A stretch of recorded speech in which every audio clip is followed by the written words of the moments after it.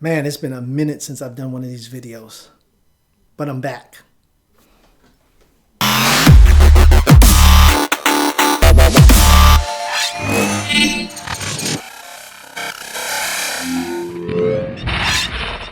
What's up, everybody? Rob Norman from Planet Brooklyn Academy Clothing Company, and this is Making the Brand, a series where I give you a little insight and knowledge on how to start a clothing line, and if you already have one, how to make it better.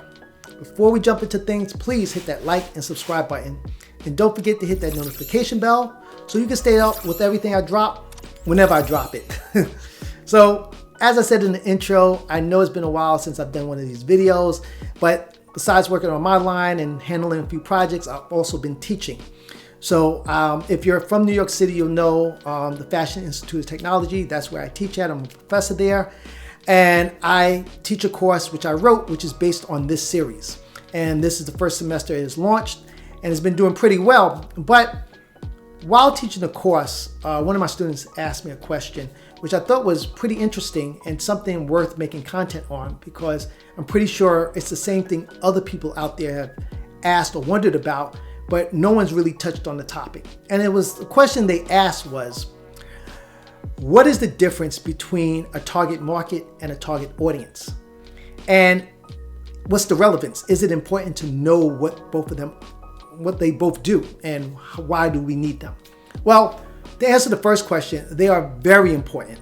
It's something that most of us, when creating clothing lines, need to be thinking about before we even start talking about creating logos and we start talking about, how we want to create the line. Knowing your target market and your target audience is very important to understanding the bigger picture of what you're trying to do.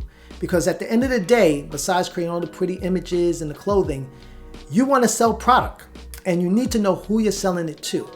So in order to know who you're selling it to, you need to do kind of a study, a case study. That's how I like to look at it, of who your target audience is and who the people are that you're trying to sell to. So a target market and a target audience are kind of like one and the same. They're kind of like a big brother, little brother situation. So think of it this way. It's like you have New York State, and then inside of New York State, you have New York City, and you also have little counties and everything like that. So New York State would be your target market, and then your target audience would be like New York City and the counties within. Same as if you said you have California, and then inside of California, you have Sacramento and LA and San Diego. So that's the same premises that a target market and target audience play off of. So when you're creating your line, you would say, I want to know what my target market is. So my target market is, I want to be in major cities around the world. So I want to be in New York City, LA, Tokyo, and Berlin. Those are the cities I want to be in. That's my target market. Now my target audience breaks down. So now it's like a subcategory. So in these cities, I want to be in suburban areas.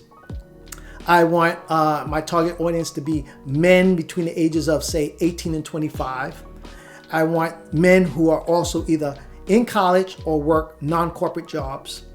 You can break it down even further. You can talk about my target audience should be into underground hip hop or alternative rock. They can watch, action films, or they can be into Marvel films. All this stuff gives you more information about who your target audience is. And basically you create a profile from that.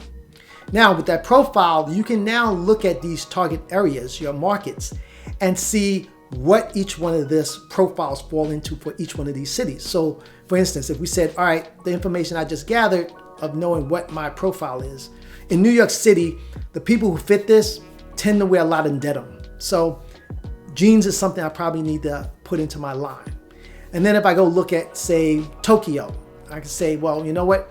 This target market, my target market and target audience, they seem to like brighter colors. So I need to keep that in mind, that I need to put brighter colors into my line.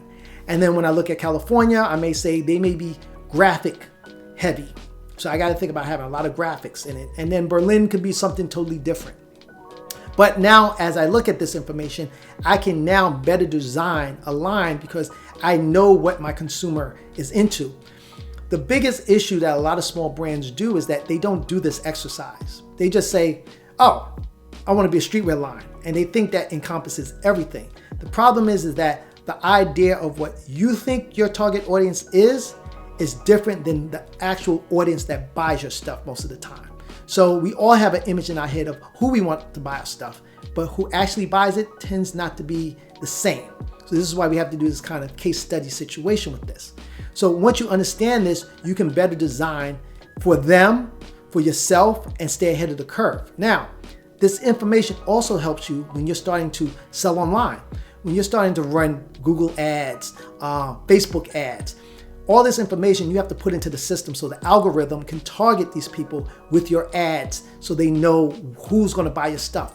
So when you know this information, you don't go in there guessing, saying like, just being very broad, saying, well, I want people who just wear Air Jordan 1s. Like, not everybody who wears your stuff wear Air Jordan 1s. They may wear Adidas, they may wear Pumas, they may wear Tom's shoes. We don't know. But when you do this case study of who your target market is and your target audience is, this gives you a better perception. So when you have to answer those questions, on Facebook, ads or Google ads, you really know who it is. And it gets to show you the traction. Because when you're running these ads and you put that information in, you'll see like who's really tracking in these areas. And then you can now change that information when you're working on your lines. And again, target markets and target audiences constantly change. It depends on the economy. It depends on what's going on in the world. This can reshape your target audience. So you will constantly update this and change it. But it's good to keep that profile with you so that as you're designing, you can always look at these two things and really get a better understanding of who you're trying to sell to. All right. So that was a quick and easy one. I just wanted to get it out there, kind of get my feet wet again in making content, but I hope this was helpful for you guys. As I said at the top of the video, I've been busy teaching and handling a bunch of other stuff. If you are in New York City and you wish to take my class, again, I'm at the Fashion Institute of Technology there. I'm a professor there. But one thing is that if you want to take the class, you got to take it as a full-time student. I do not have it available for continuing ed, but I am working on that right now. So hopefully by the fall, it can be something that's instituted. And if you are in New York City and you just want to take this as a course just to help your business, it should be available. Again, I'll give you guys updates as I continue to do videos, so you will know, but I'm working on getting that as a continuing ed class. For those of you who are not in New York City and can't take it, I'm sorry, but I do offer a consultation online classes, so you can sign up for that. I'll leave the information in the details below, and you can have a one-on-one with me, and I can share information with you about your brand and help you get going. Same way I help my students, because that's basically what my students do in class. They build their brand. So from the beginning of the semester to the end, I work with them on building their brands. Everything that I talk about in these videos, we help execute, and basically at the end of the semester, they're ready to go with their brands.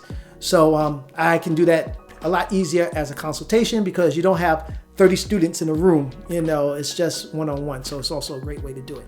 So hit me up, look in the description, hit me up if you want to do that. We can make that happen. All right. But until then, I will catch you guys on the next video coming really soon. So stay well, and I'll catch you then. Peace.